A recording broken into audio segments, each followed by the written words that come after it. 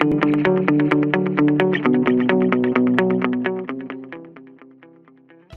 everyone, welcome to another interesting and informative session of the Analyst brought to you by Vajiram and Ravi. In today's session, we'll discuss 7 important articles from Indian Express for your comprehensive understanding of the current affairs explained to you in the easiest language possible. The topics are as follows. From your analysis section, which also provide you the much important avenue to practice daily answer writing, in the first topic, we'll try to analyze how India has significantly lagged behind China in the terms of hydropower generations and what has been the issues behind it. Then, in the second topic, we'll try to understand the demand of the 6th schedule by the Union Territory of Ladakh and what are the challenges which lies ahead. Then, we'll take up simplified section. We will not only simplify the news for you, but also provide you the much important value addition for 5 significant topics, keeping in mind the approaching prelims 2026. Thus, stay tuned. The editorial in Indian Express today provides us the comparative analysis of hydropower generation in India and China and suggests how our country can actually borrow a leaf from China's hat for ensuring water and energy security, which forms an important component of your GS3 paper under the larger theme of renewable energy sector. So what is the context of the news? The article starts by telling us that how our country became independent in the year of 1947, surprise surprise, and the People's Republic of China was founded in the year of 1949. So in the year of 1950s, both of the countries started constructing large dams. For example, our country constructed 2 major dams. First was Hirakud, on which river? On Mahanadi river in the state of Odisha in the year of 1957, and Bhakra Dam on Satluj river in the year of 1963. Following the similar template, China constructed its major dam Sanmenxia on Yellow River in the year of 1960. However, the result of these constructions were actually very different, where Hirakud and Bhakra actually turned out to be successful, thus prompting our country's first Prime Minister Jawaharlal Nehru to proudly proclaim that how these dams are going to be the temples of modern India. However, in contrast, the record of Sanmenxia built on Yellow River was not so good. The dam ended up losing 17% of its storage capacity during the first flood it faced due to excessive sedimentation which was caused. So, even though our country basically got to an advantageous position in this race to build the temples of future or these large dams, very soon we were actually ended up trailing behind China. And the editorial blames actually the year of 1990s, which it termed as a lost decade for dam construction in India, where it suggests that how our policymakers were actually more focused upon rainwater harvesting and creation of check dams instead of creation of large dams to secure energy security. And for that purpose, it majorly blames 2 reasons. The first is environmental challenges. So for example, it suggests about that how the Supreme Court ended up staying over the Sardar Sarovar Dam for almost a period of 6 years between the year of 1996 to 2000. Why? Because there were environmental concerns which were associated with it, as well as the issue of rehabilitation of the tribals which was taking place in the backdrop of very famous an initiative which you guys might have heard about, that is called as Narmada Bachao Andolan. At the very same time, there was also the issue of lack of finance, as the World Bank and Asian Development Bank, they basically stopped financing the construction of such large dams in our country. The major reason for that was lack of profitability, considering that these dams actually required a huge capital investment, and thus a kind of a short-term return on such investment, the prospect of that was very bleak. In contrast, the China kept the blinders on and kept focusing upon the creation of large dams to actually ensure water and energy security in its country. Thus, by the year of 2000, while India had the total hydropower installed capacity of 21 gigawatt, China had almost 3 times more capacity, and that was 77 gigawatt. 2 decades down the line, our country has been able to double our hydropower generation potential to 42 gigawatt in 2024, while China has basically registered a kind of an exponential increase, where it is now the world's largest hydropower generation installed capacity, and that is of 435 gigawatt. Try to understand this in the context of the target which we have set for ourselves in the Glasgow summit, COP26 of UNFCCC, where we have said that by the year of 2030, 500 gigawatt or 50% of our total installed power capacity will come from renewable energy. 500 gigawatt total renewable energy capacity by the year of 2030. Right now, by the year of 2024 itself, China has a hydropower generation capacity of 435 gigawatt. Keep this in mind that in the year of 2024, the total global addition in hydropower generation capacity was of 24 gigawatt. 60% of that, or 14 gigawatt, was single-handedly kind of added by China. Thus, what were the major steps which were taken by China to actually win this race to build the temples of future? First and foremost, the China kept on implementing the 5-year plans, and in each 5-year plan, it majorly put impetus on the hydropower. For example, in its 12th 5-year plan, it actually set up a target to increase its hydropower generation capacity to 140 gigawatt in the conventional hydropower, and by the end of 2015, China had a total installed capacity of 319 gigawatt, which also showcases the financial propriety, accountability, and the kind of war-like mission mode scheme implementation by the Chinese bureaucracy. Then, it also launched a project called as West-East Electricity Transfer Project, something which India shall actually borrow the template from, where it basically created massive ultra high voltage UHV transmission lines to actually transmit the power from the water surplus but economically underdeveloped western provinces like, for example, Sichuan, Yunnan. Just forgive the pronunciation because right now I'm just trying to learn Chinese from none other than Donald Trump. So from these water surplus but economically underdeveloped regions like Yunnan to the high demand energy starved eastern coastal industrial hubs like, for example, Shanghai. It also created mega dams as a national flagship projects like, for example, Three Gorges Dam, which is considered as the world's largest power station, hydropower station, with a capacity of 22.5 gigawatt, which has been built on the Yangtze River. Then it brought a Renewable Energy Law 2006, under which it basically provided for mandatory connection and purchase policy for renewable energy generators, and created a national feed-in tariff system to guarantee hydropower plants a fixed and favorable price for the electricity which they are producing, leading to becoming the world's biggest hydropower generation nation. Like, for example, back in the year of 2022, the electricity generation in terawatt hours by China stood at 1303, with having 15% of the global share, followed by Brazil, Canada, USA. Keep this in mind that very recently, the kind of the addition which we have done in the hydropower generation, India has overtaken Russia to become the 5th largest hydropower generation nation in the world. So we have understood that what has been the China's steps, pragmatic steps which it has taken to become a kind of a mega horse when it comes to the renewable energy generator. The question which shall arise in your mind at this stage is that what is the status of hydropower in our country? For that purpose, we are basically referring to the data which has been provided to us by the Ministry of Power. Right now, by the month of June 2025, the total installed hydropower capacity in our country is 54 gigawatt. Between the year of 2024 to 25, we actually added 800 megawatt of hydropower capacity. Now just look at this data that how China ended up adding 14 gigawatt while we added only 1/10 of it. The share of hydropower in currently the total renewable energy generation basket which we have, it stands at 40% in 24-25. And the share of hydropower in total power generation in the country which is taking place, that is 8.6%.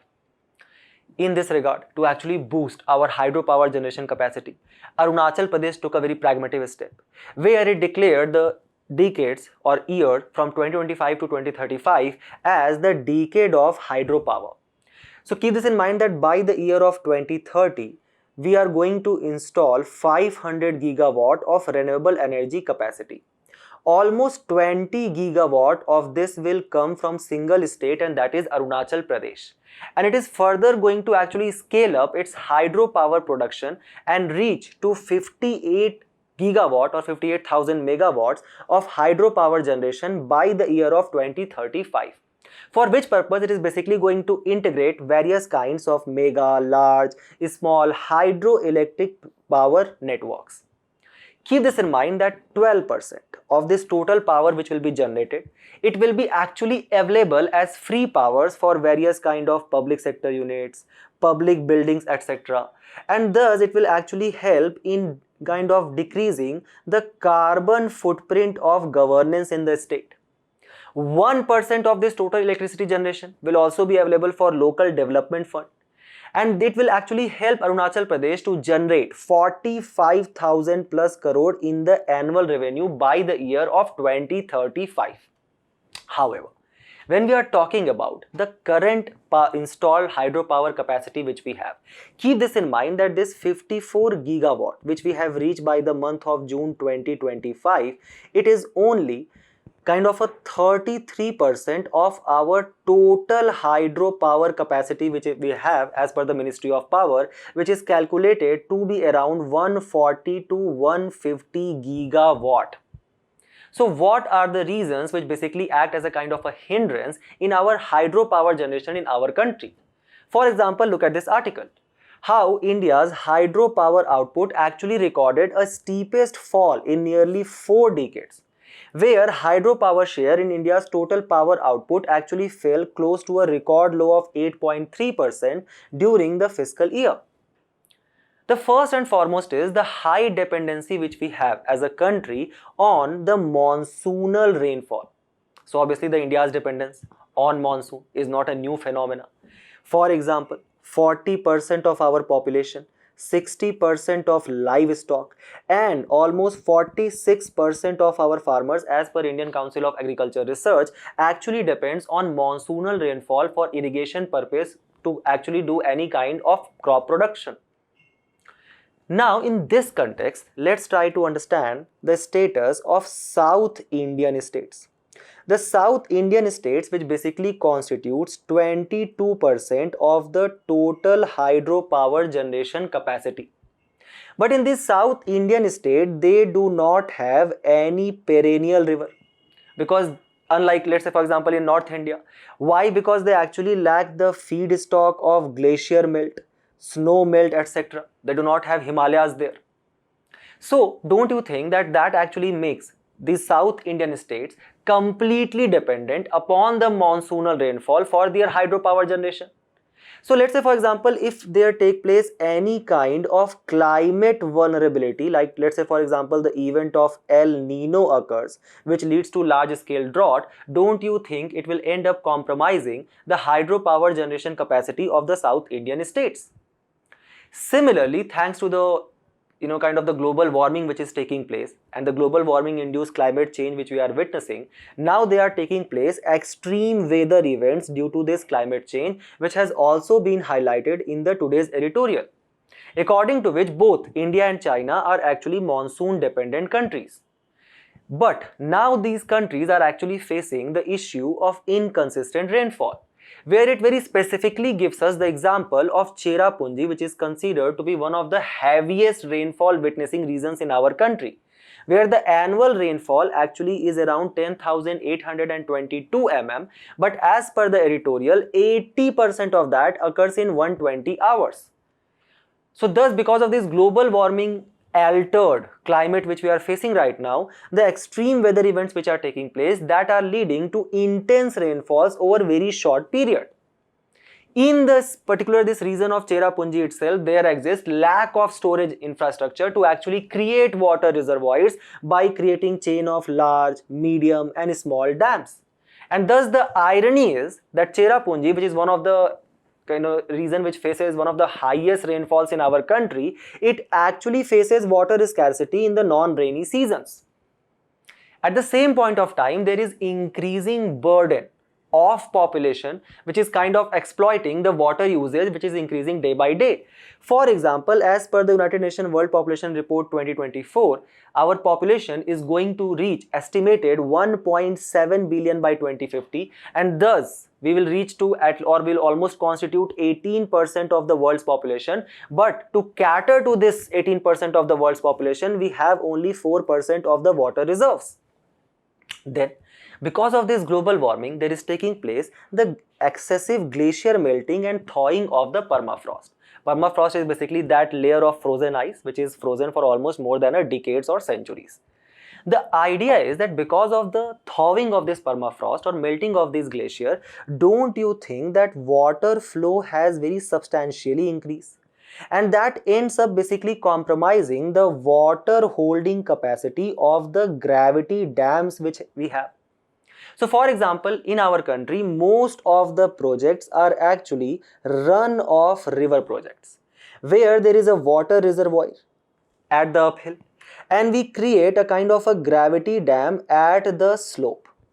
The idea is that when this water basically flows here, the natural flow which follows across the mountain slope, here we in these gravity dams we basically install the turbine, where we exploit the kinetic energy of water because of its movement to kind of move this turbine to generate the electricity. Now let's see that what is the impact of climate change which is taking place on these gravity dams. And to understand that, we'll take up the case study of Teesta 3 project, which has been washed away multiple number of times. So Teesta is basically a tributary of Brahmaputra which originates from this Taso Lake at the elevation of 5280 meter in your North Sikkim. It drains 150 km in Sikkim, 123 km in West Bengal, and then it ultimately flows in Bangladesh and drains in the region of Bay of Bengal. Now, because of this excessive melting of glacier which is taking place of this Taso Lake, now this river, it is basically containing excessive flow of water, and that is leading to various times this river actually changes its course altogether. So that leads to undulating tree. Why? Because of the erratic rainfall or unconsolidated sediments altogether. Then when this river basically reaches here, this excessive flow of water, many of the time it actually ends up washing the gravity dam. Or for example, it ends up weakening the kind of the stability of the slope of the mountain, leading to the event of landslides, how we were discussing in the last lecture. So because of the landslide, this whole gravity dam project actually ends up getting compromised. So to actually balance these environmental risks, it actually involves high cost of balancing. So the input cost or the capital cost to create such project is actually very high. So it will obviously act as a kind of a deterrent factor for the private sector investment. Then various environmental bodies has actually raised the concern of poor environment impact assessment which is taking place under the Environment Protection Act of 1986. Thus, many of the times these projects which has been created, these concrete faced rock hill dam to actually save the cost by various private companies, it actually were completely washed away by the flash floods. So for example, in the year of 1990, 47 projects were actually proposed on this Teesta river and only 5 projects has been installed till now, with various articles actually highlighting that how these hydropower projects in the Himalayas will actually become very risky. And it will result in what? This poor planning and execution, the loss of lives, the damage to property, the poor public perception about these projects, and thus the people will not basically will be agreeing at the first place to kind of allow for the creation of such projects in the vicinity of the habitation. Many of the people will actually deter to give their property, and will create further property disputes under Article 300A of the Constitution. Then in the aftermath of the Kedarnath flood of 2013, a Ravi Chopra committee was created which actually highlighted that how the creation of such gravity dams in the kind of these Himalayan regions, it will have irreversible impact on the ecology of the region. And the same was ascertained by the Ministry of Jal Shakti report of 2019, which said that how these hydroelectric projects can actually alter the ecological flow of the downstream. And with this increasing water uses, 18% of the population, 4% of the water reserves, and the wastage of water which is taking place, that is actually leading to these reservoirs which we already have, they are not even filling up to their optimum level, causing the issue of water shortage which can actually take place in the future. So for example, in our country, there are 150 key reserves which we have, and as per the data provided to us by the Ministry of Jal Shakti itself, only 21% of them actually filled up to their optimum level so that they can provide the water to the nearby region and generate electricity. Only 21% of them filled to the optimum level. For example, there is your Indira Gandhi Sagar Dam in the region of Madhya Pradesh, which has the capacity to generate 1% of the hydro power of the country. But in the year of 2024, it was actually filled up only 17% to its total optimum level. Thus, don't you think that if this hydropower generation capacity will not be significantly increased, it will lead to the issue of the power shortage which we are facing in the peak time period? How we faced almost 4.47% of deficit in the year of 23-24 in the peak time period. That will further increase our import dependency on energy and fuel. Like for example, how we are almost 88% crude dependent as per the Ministry of Petroleum and Natural Gas. That will lead to further fossil fuel based consumption and thermal power emission, leading to significant contribution of the carbon dioxide and thus compromising our COP26 targets which we have taken for ourselves. For example, just look here that how India is already the third largest carbon dioxide emission if it comes in the terms of country, behind China and USA, and fourth largest in the world if we also include the 27 countries bloc of European Union. 50% of the districts in our country are already facing severe water scarcity by the year of 2050. And India's rising water stress is also denting our sovereign credit profile as well as per the Moody's rating. So what are the steps which has been taken by the government of India? First and foremost, all the large hydropower projects which has basically the power generation capacity of more than 25 megawatts, they have been now termed under the category of renewable energy projects. So they will kind of get various kind of concessions by the government. The government will also provide subsidies for the private sector to actually create these products. Then the hydro purchase obligation has been put on the distribution companies that they have to buy a significant share of power generation from these hydropower projects, and they shall actually inculcate that in the main grid just like how the China did. Then the interstate transmission charges has been waived off as well. We are also basically promoting the pumped storage project. Pumped storage project is, let's say for example, it actually works upon the kind of the conservation of the water as well as at a very low cost effective strategy.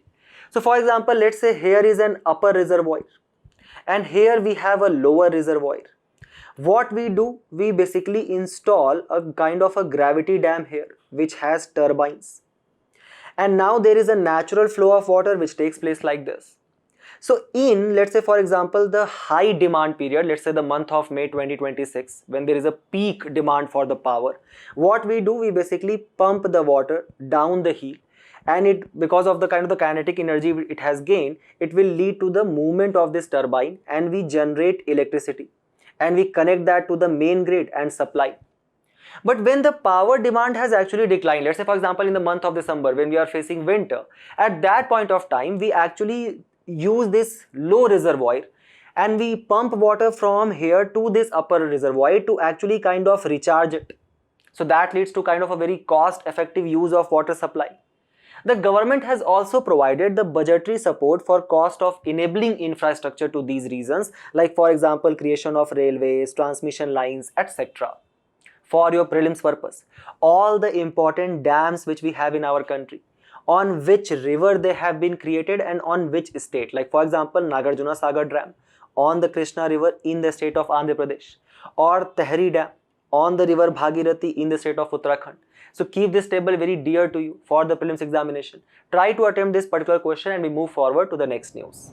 where the article provides us insight into the issues which are being faced by the youth of Ladakh and how that has led to protest and violence in the Union Territory amidst the demand of the 6th schedule status for the Union Territory, which forms an important component of your GS2 paper under the larger theme of government policies and intervention.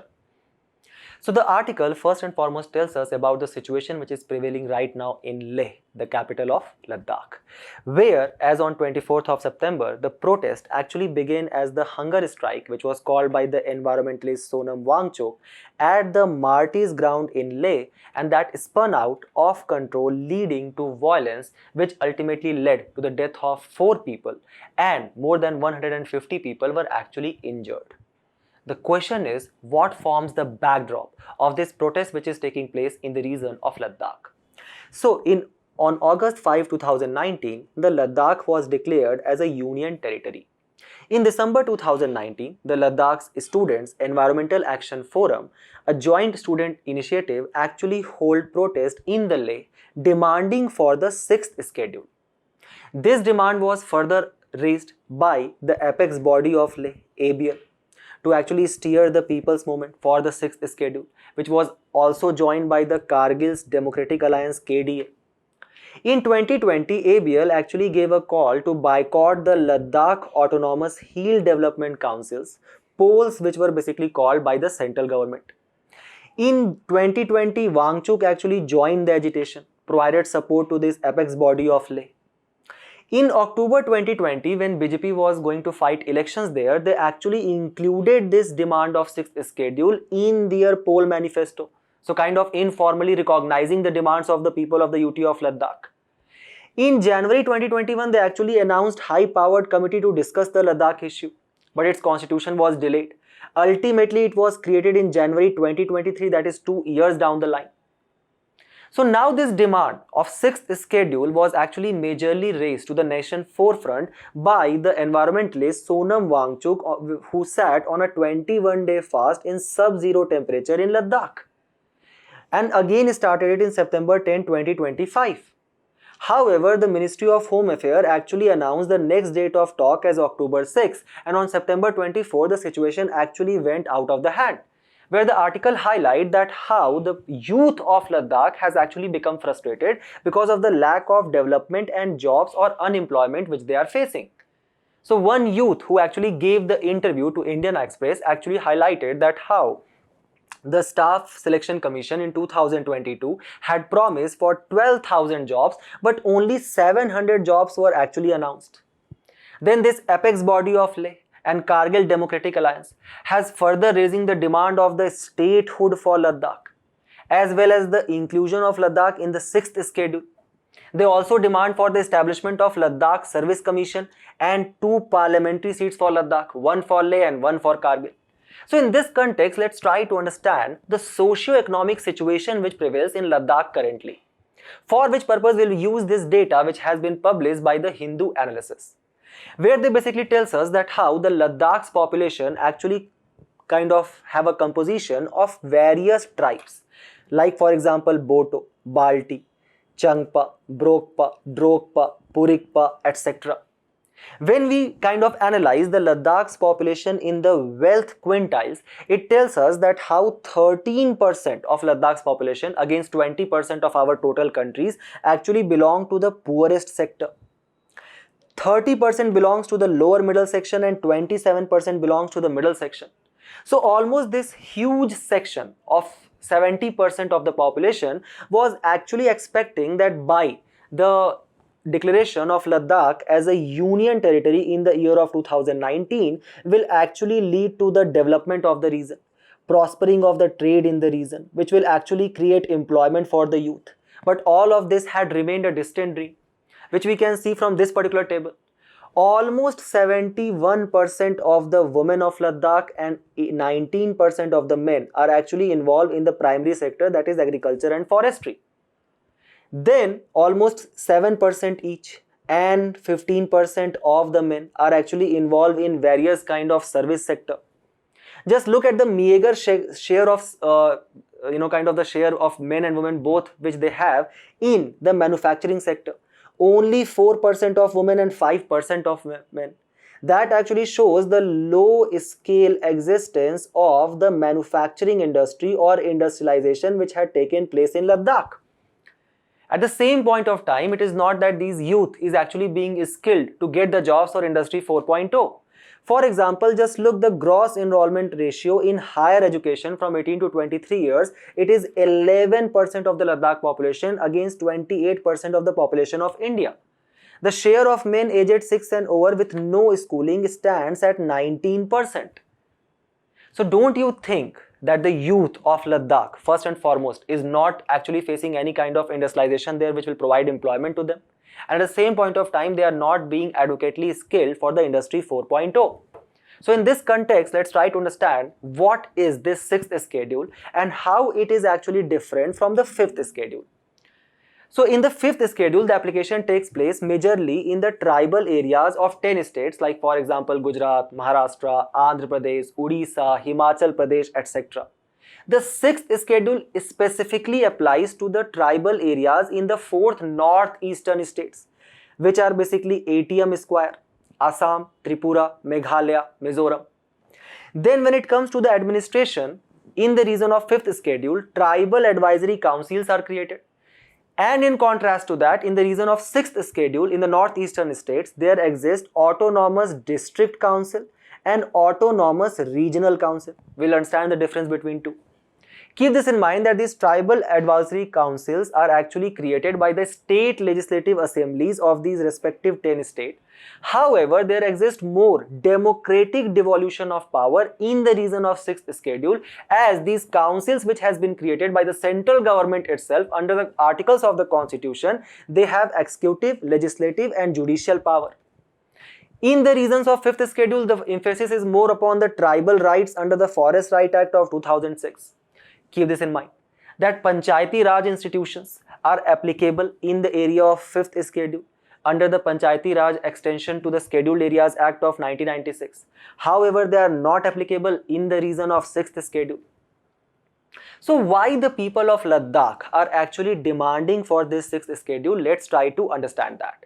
So under the specific provisions of Article 244 Clause 2 and Article 275 Clause 1, this 6th schedule is currently implementable in 4 states of the northeastern states, Assam, Tripura, Meghalaya and Mizoram, which ultimately allows for the creation of autonomous district councils and autonomous regional councils. What is the difference between them? Let's say for example, let's take a particular district, one district. In this district, there is only one tribe, let's say Balti tribe which lives here. So because in this whole district, there is only one tribe which is living, then autonomous district council will be created. However, let's say for example, there is another district. In this district, there is Balti tribe, Boto tribe, Drogpa tribe, etc. which are living. So because in this district, there are multitudes of tribes which exist, we will create an autonomous regional council here. Keep this in mind that this council consists of 30 members, of which 26 are elected and 4 are nominated members. And they have a term of 5 years. Keep this in mind that these autonomous district councils are actually created on the pleasure of the governor, and thus the governor also has the power that it can dilute these councils at any given point of time. Let's say for example, in the case of public disorder, how it is prevailing in Ladakh right now, or let's say for example, citing the issue of national security. Both of the terms which are very ambiguous and has not been defined anywhere in the constitution. The idea is that why there is a demand by the Ladakh youth to create these autonomous district councils, because they stand as a kind of a reflection of democratic devolution of the power, where these autonomous district councils have the utmost power to actually make laws. Make laws on what? Let's say for example, make laws for the management of forest resources, to make laws on any kind of agricultural commodities or the trade of it, or for example, to actually make laws for the administration of the town.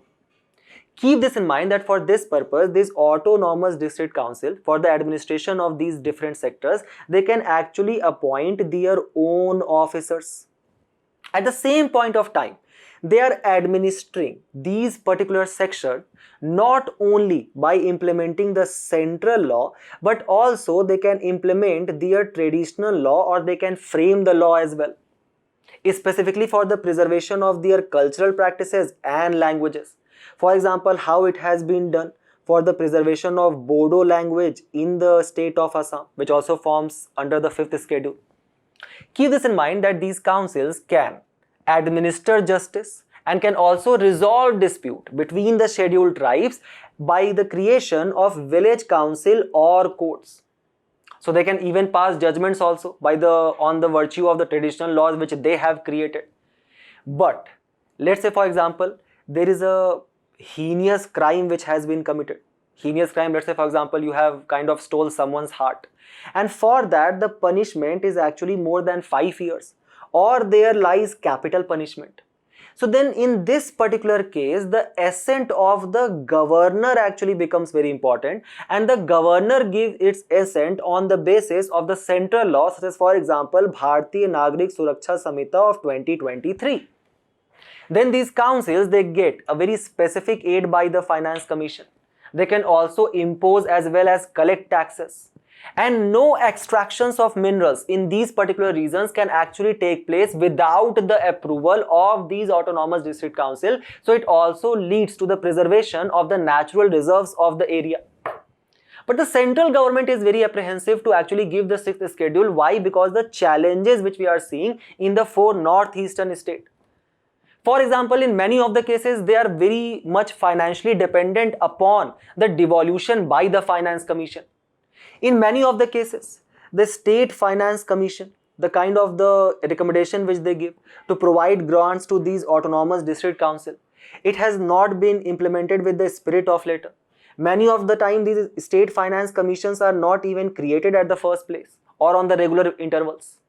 The second issue is that, let's say for example, in the case of the 4th northeastern state, the own source of revenue for these autonomous district councils has remained as abysmally low at 5 to 10% of the total revenue.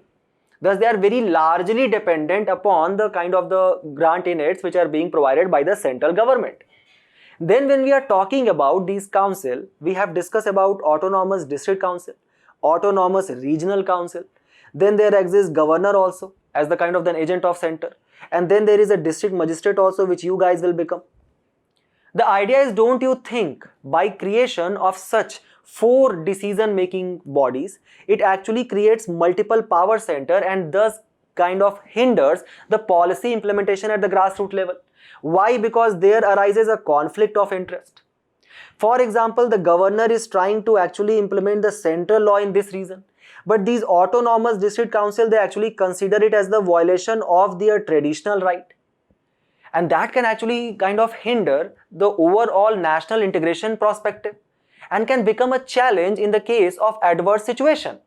Like for example, Ladakh is a kind of a boundary state to one of the adversary country of ours.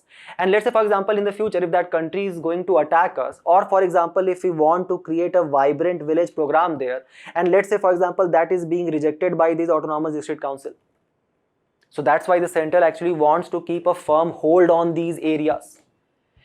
Also, we have seen the demand of rising greater autonomy in these 4 northeastern states. Like for example, in the state of Meghalaya, they are actually demanding that this assent power of the governor shall be completely removed.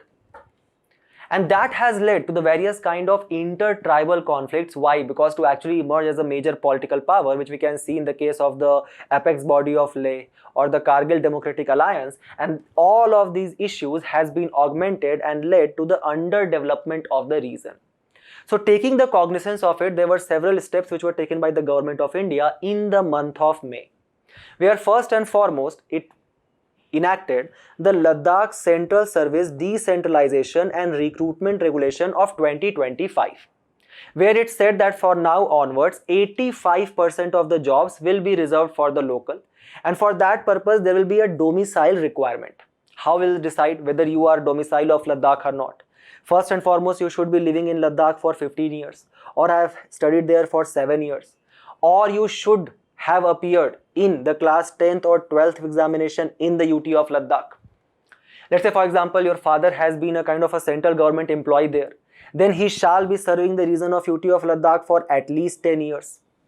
Then you will get what? You will get reservation.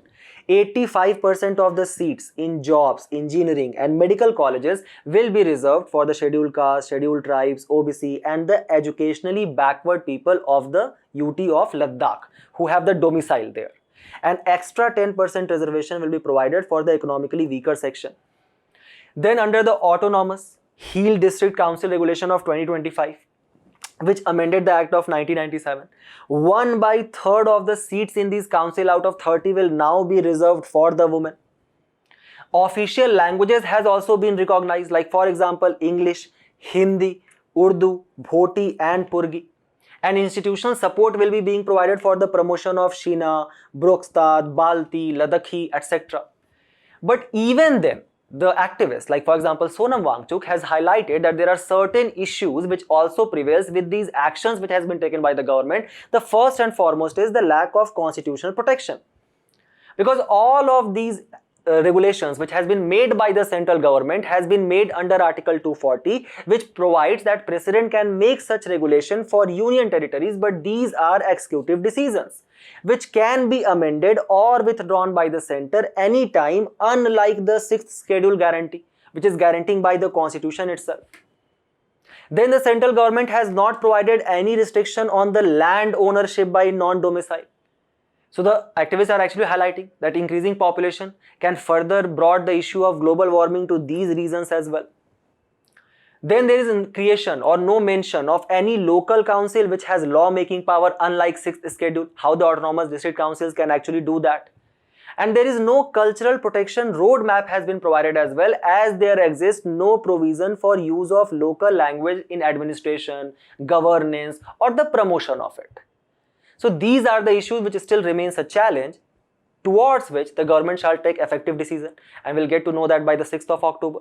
Till then, write this particular question and we move forward to the next news, where we are going to read a very interesting explained article which talked about the Naxalbari uprising and how decades after that, finally the left-wing extremism affected areas in our country are actually on decline. So what is the context of the news? After almost 6 decades after the Naxalbari uprising, which actually spurred an enduring left-wing insurgency in the heart of India, the Maoists now are at a crossroad. So under the relentless pressure from the government, where our Home Minister has vowed to actually end the Maoist insurgency or left-wing extremism by the March 2026, top Maoist leaders are actually divided that whether they shall surrender or continue to fight. Earlier this week, Maulo Jula Venugopal Rao, the ideological head and the chief spokesperson of the CPI Maoist, actually wrote a letter calling for the cessation of armed struggle to actually save their party. So in this backdrop, let's first try to understand what was this Naxalbari uprising of 1967, which was basically an armed peasant revolt which took place in the Siliguri division in the Naxalbari village of Darjeeling district of West Bengal, which was actually led by radical communist leaders like for example Charu Mazumdar, Kanu Sanyal and Jangal Santhal. Keep this in mind that Communist Party of India was already formed in the year of 1925 in Kanpur by M.N. Roy and S.A. Dange, and they had played a very pivotal role in fighting for the rights of the peasants, like for example how they fought against the practice of Vetti or forced labor in the Telangana revolution of 1946, or for example how they basically fought for the right of Bargadar or sharecroppers, that they will only give 1/3 of the produce to the zamindars in your Tebhaga movement of 1946. Thus, keep this in mind that even after 20 years of independence, that is the year of 1967, the issues of sharecroppers, tenant laborers, the tenant farmers who did not own any land, their exploitation and marginalization remained a dominant issue, leading to this Naxalbari uprising of 1967. Where the sharecroppers like Rayyats, Praja, Adhiyar, they actually kind of seized the land of zamindars and zotedars, kind of evicted them from their own agricultural land, created a kind of a peasant committees and started equally distributing the produce among them. In this context, also remember that till the exclusion which took place by the 44th Constitutional Amendment Act of 1978, in year of 1967, right to property was a fundamental right, and thus government had to intervene, which led to the kind of the violent clashes which took place. The lives were lost. Thus, CPIML, or Communist Party of India, Marxist-Leninist, which was created in the year of 1969, it actually termed the Indian state as a bourgeois institution, which is basically fighting only to preserve the rights of the few rich people, and thus called for an protracted revolutionary war or an armed revolution by the exploited peasant to remove the state altogether, how it was done by the Yellow Revolution in China under Mao Zedong. Keep this in mind that under the Unlawful Activity Prevention Act of 1967, CPIML was actually the first organization which was banned. So now we'll just trace the history of the expansion of the Red Corridor which took place, or the areas which were actually affected by this left-wing extremism. It started from the spread first which took place in the Srikakulam region of Andhra Pradesh, where peasants, following the model of Naxarbali, they started attacking the landlords. By the year of 1970s, the Regional Engineering College at Warangal actually kind of emerged as the fountainhead of the Maoist ideology. In 1980, K. Sitaramaiah and Dr. K. Chiranjeevi actually created CPIML's People's War to organize armed struggle across the nation. In 2000, People's Liberation Guerrilla Army was created, which was the armed wing of the Maoist. By the year of 2004, CPI Maoist was created, which actually merged with People's War and Bihar Bengal based Communist Center, and by the year of 2014, when the current government actually came into the power, there were 180 affected districts in 7 states like Chhattisgarh, Odisha, Jharkhand, spreading across 92,000 km square. The question which shall come in your mind is, what has been the causes of this left-wing extremism? The first and foremost is the unfulfilled promise of land reforms. So for example, when our country got independent in the year of 1947, 80% of the population was poor and 73% of the population was actually dependent primarily on agriculture.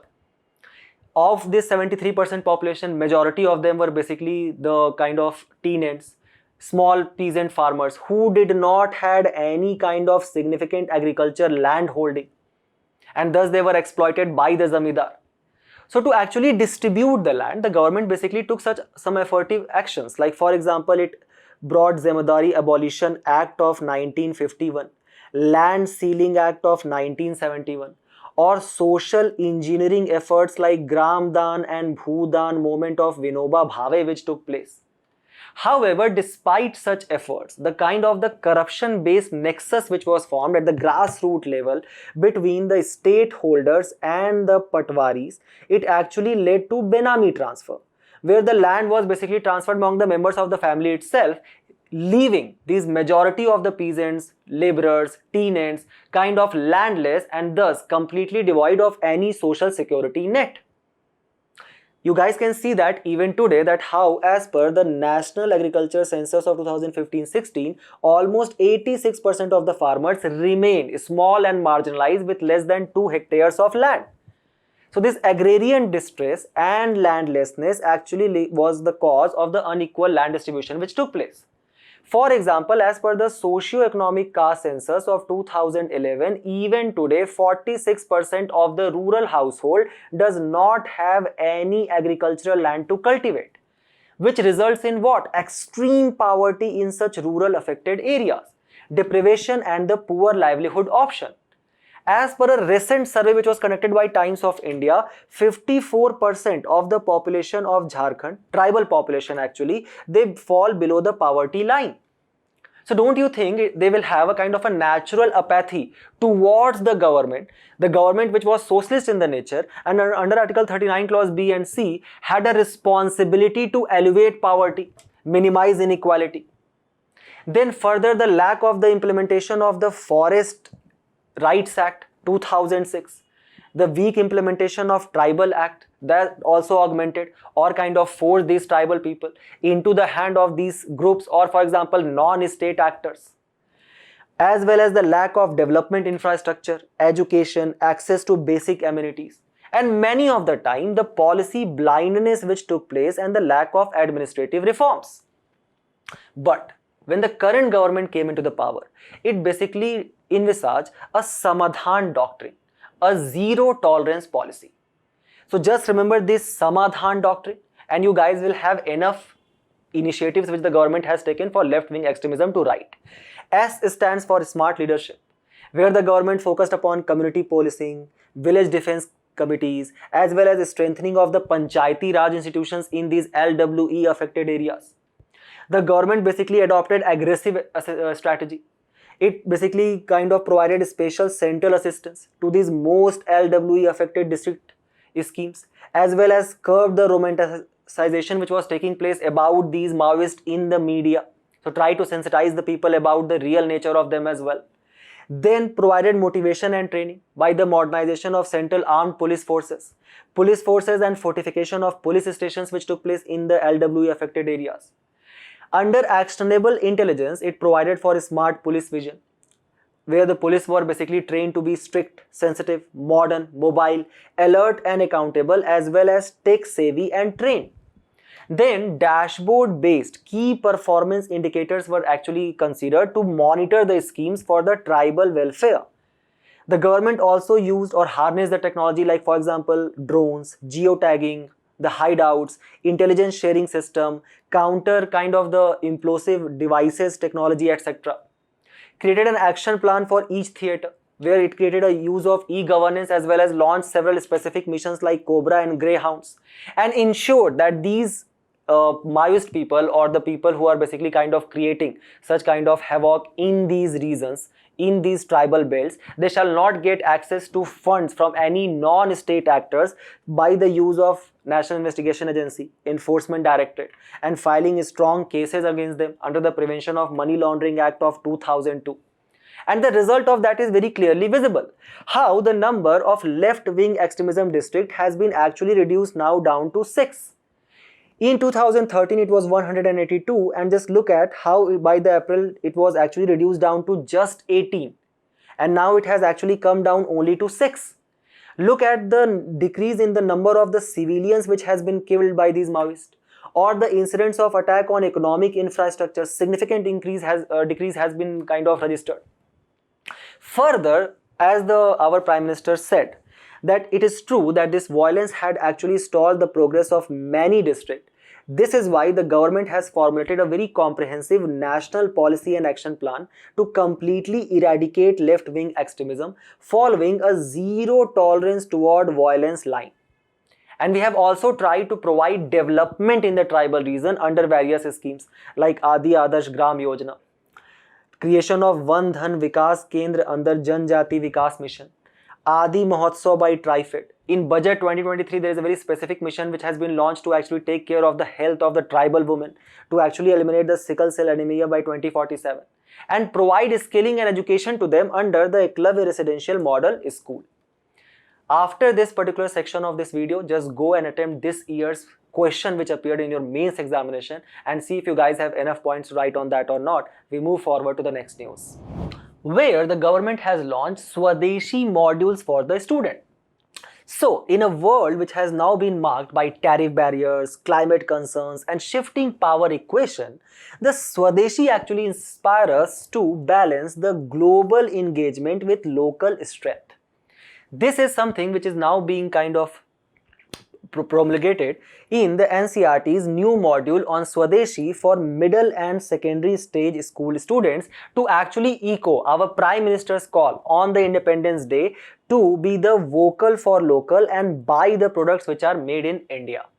The article highlights that how this new resurgence on Swadeshi kinds of reflect the Swadeshi movement which took place in the year of 1905 and forms an important component of your modern history syllabus as well.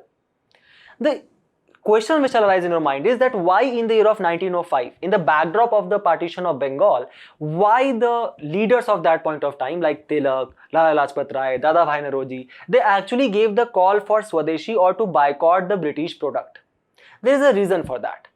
As per R.C. Dutt, who wrote a book called as Economic History of India, being a former civil servant, he wrote that how gold and silver kept flowing out of a country as the consequence of adverse balance of payment. So when the Britishers kind of colonized our country, keep this in mind that by the year of 1757, they actually used to import bullions, gold and silver to buy the products of our country. But then they basically started extracting the revenue from our farmers to buy the raw material from them itself, and thus, as it is said by Bipin Chandra, Indians paid for their own exploitation. And this was the British mercantilist policy, which basically violated the principle of free and fair trade or the policy of laissez-faire. So by the year of 1914, we were basically consuming 85% of the British cotton and 17% of the steel and iron. Keep this in mind that when William Hawkins, as an envoy of the James I, the Stuart monarch of Britain at that point of time, arrived in the court of Jahangir in the year of 1608, he wrote back a letter to him, telling him that how I have arrived in the court of a king who rules the 20% of the population of the world, who basically controls 25% of the world's GDP and 60% of the demands of the global textile. From there to actually importing 85% of the British cotton. And whatever the kind of the profits which the Britishers were incurring, they were actually investing that in the capital investments, in the kind of the plantation industries in our country itself, and thus taking up that profit as well. We were also paying for the British civil services and officers, which constituted 24% of the total revenue, leading to the economic exploitation, the extent of which was that as per the poverty and un-British rule in India, a question to all of you, which particular noble man has written this particular book? According to which our per capita income was 20 rupees at that point of time, and as per the prosperous British India, which was written by William Digby, the drain of wealth actually amounted to 1000 million euro. Then came a person named as Lord Curzon as a viceroy of our country from 1899 to 1905. He said that Congress is tottering to its fall and I would assist to its peaceful demise. Launched a kind of the partition of the Bengal initiative. The idea was, he said, that it is because of the administrative needs. Why? Because European tea planters of Assam, they want a maritime outlet near Calcutta. The population of Bengal has actually become overburdened, 78 million it has reached. It has become impossible for them to actually administer them under one administration. Thus, there will be creation of a separate civil service cadre for Assam, and it will lead to the economic development of Northeast India. Now look at this map very carefully, which has been designed for you, where you guys can actually see the area which was excluded from Bengal, and it actually went to the creation of this Assam area. How there were certain areas which were actually included and exchanged with central provinces, like Sambalpur was taken in Bengal and Chota Nagpur was actually excluded from it, and how from Madras province Ganjam and Vishakhapatnam was included in the Bengal itself, which acted as a precursor to the Swadeshi movement. But the real initiative was to actually kind of make the Bengali speaking population a minority in the region of Bengal and create Bengal as a Hindu majority, while Assam was very strategically created as a Muslim majority, which was actually reflected in the quote of the Secretary of State Risley at that point of time, that Bengal united is a power, where all the political movements are taking place at that point of time. Bengal divided will pull in several ways. In response to that, an initial protest was launched in the town hall meeting at 7th August 1905, which led to for the first time the formal proclamation of Swadeshi movement, and a call was made for the boycott of Manchester cloth and Liverpool salt. Various newspapers written by various leaders at that point of time actually kind of help in the sensitization of masses. Like for example, Bengali by Surendranath Banerjee, Hitbadi by K.K. Mitra, Sanjeevani by P.C. Ray, or Amar Sonar Bangla, which now act as a national anthem of one particular nation. If you guys can do that, comment about that in the comment box, which was written by Rabindranath Tagore. Keep this in mind that there was two important sessions which you guys need to remember. The first was Banaras session, presided by whom? Gopal Krishna Gokhale, which condemned the partition of Bengal and launched two resolutions, anti-partition and Swadeshi movement. In 1906 Calcutta session, which was now presided by the grand old man of India, Dadabhai Naoroji, for the first time the idea of Swaraj was propagated to help have a self-government like the colonies of Australia and Canada. In this particular case, Dadabhai Naoroji was actually pressurized by the the kind of the extremist leaders of that point of time. For example, Tilak, Bipin Chandra Pal, Lala Lajpat Rai. They said, भाई ने बोला करने का तो करने का. So 4 resolutions were adopted. Anti-partition, self-government, Swadeshi movement, and very specifically boycott of government schools, colleges, councils, etc. This is exactly which has been highlighted by the today's article itself, which says that how this NCERT module refers to Mahatma Gandhi, Bal Gangadhar Tilak, Deen Dayal Upadhyay, etc. For example, for Gandhi, Swadeshi basically meant building a strong foundation at home. For Vinoba Bhave, it meant welfare for all. For Jaman Lal Bajaj, who actually blended philanthropy with Swadeshi values in the business. Activist Rajiv Dikshit, who actually revived the call for Swadeshi in modern India by inspiring the youth to boycott foreign goods altogether. And Dattopant Thengadi, the RS ideologue, and keep this in mind, the founder of Bharatiya Mazdoor Sangh, who championed the workers' rights and economic nationalism as well. Very important factual details, keep them in mind for prelims, and we move forward to the next news, where a very important scheme has featured in the today's newspaper. So the center on Friday announced 100 aspirational agricultural district which will be developed under the Prime Minister Dhan Dhanya Krishi Yojana across 29 states. The highest number of districts are in the state of Uttar Pradesh, 12 districts, followed by Maharashtra, Madhya Pradesh, Rajasthan and Bihar. The government also released the operational guideline, under which it has appointed 100 central nodal officers, which will monitor the scheme's performance across the selected district. What is the parameter for identification? There are 3. The districts which have low productivity of crops, which have moderate crop intensity, and the districts which do not have enough access to formal credit. The number of districts in states has been decided on the basis of net cropped area and operational land holdings. Keep this in mind that this Krishi Dhan Dhan Yojana will actually act as a convergence of 36 agricultural schemes of 11 departments, and that will be implemented as one scheme.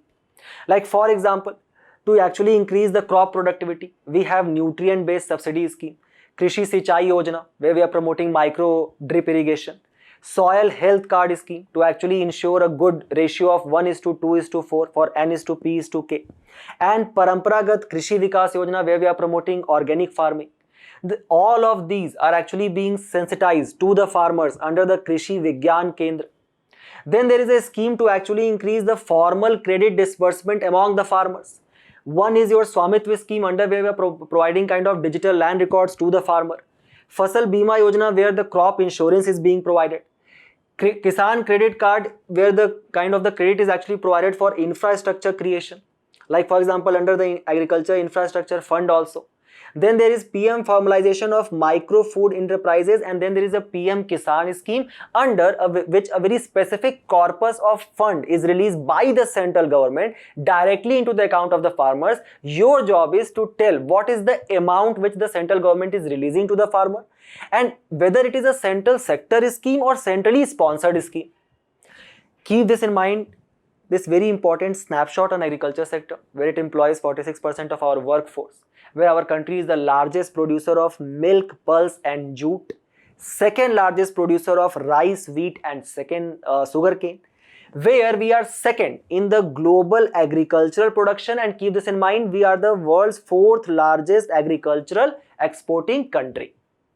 We move forward to the next news, where a very important international institution has actually featured in the news. What is the context of it? So over the past few years, several global indices have actually portrayed India in a very negative light, and the government has thus questioned their methodology. So now, as the current president of the institution which is in the news, keep this in mind, International Institute of Administrative Science, India now has proposed a new international governance index. Keep this in mind that India won the presidency of this Brussels-based Indian International Institute of Administrative Science for the first time, and thus it has pitched for research on establishing this particular index. So this International Institute of Administrative Science was actually established originally in 1930 in Madrid, Spain, but now its headquarters has been shifted to Brussels, where it is act as an international organization with a global membership. So as per the today's article, This International Institute for Administrative Science has 31 member countries, including our country obviously, which is acting as the president for the first time, and the other countries are Japan, China, Germany and Saudi Arabia. At the same point of time, if you look at the total number, it has more than 50 plus members. Why? Because only countries are not the part of it, but also various corporate institutions as well as individual members can also join it. Where it aims to do what? What is the objective? To promote, develop and exchange of the practice around public administration, is specifically to devise various kind of policies on the critical themes like digital governance, public sector innovations, ethics and administrative reforms. So the government of India is actually now trying to devise a new index, a global governance index. Why? Because of our abysmal ranking in various other indicators. Look here, in the Liberal Democracy Index, who releases it? VDAM, where we have basically ranked at 100 out of 179 countries and we are termed as electoral autocracy. In, for example, Human Development Index, released by which particular institution? UNDP, we have ranked 130 out of 193. So this particular section is a kind of a complete revision of you for all the important indices. Keep this in mind. How, for example, in the Corruption Perception Index released by Transparency International, we ranked 96 out of 180 in 2024, which was topped by Denmark. Or, for example, in the Personal Freedom Index, we ranked 111 out of 162. So thus, the government is saying that now we are going to devise a new index, a global governance index, and that will be the core activity of this particular IIS, where the methodology will be adopted by the creation of World Bank, OECD and UNDESA. Why government is doing that? Because VDEM, which releases this Liberal Democracy Index, it has placed our country at the same level since the emergency period. And thus there is an immediate need of greater transparency and accountability. There are various indicators which will be used to create this global governance index as per today's article, and they are political stability, absence of terrorism, rule of law as well as the control of corruption. Obviously, in that particular sector, we are not doing that good. And we move forward to the last news of the day, where the government has actually specifically said about or kind of talked about the limitation of the monetary policy of the Reserve Bank of India. A very interesting question can be framed from this, so pay attention here.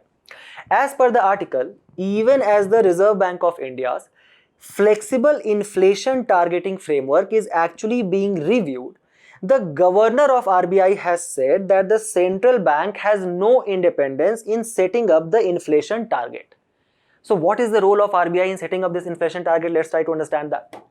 So first and foremost, the RBI Act of 1934, which provides for the power of Reserve Bank of India as a central bank in our country and as the lender of last resort, it was amended by the Finance Act of 2016, which basically provided that from now onwards, inflation targeting is actually going to be the primary objective of the monetary policy, where RBI now has the responsibility to actually maintain the inflation as per the consumer price index combined to the level of 4%.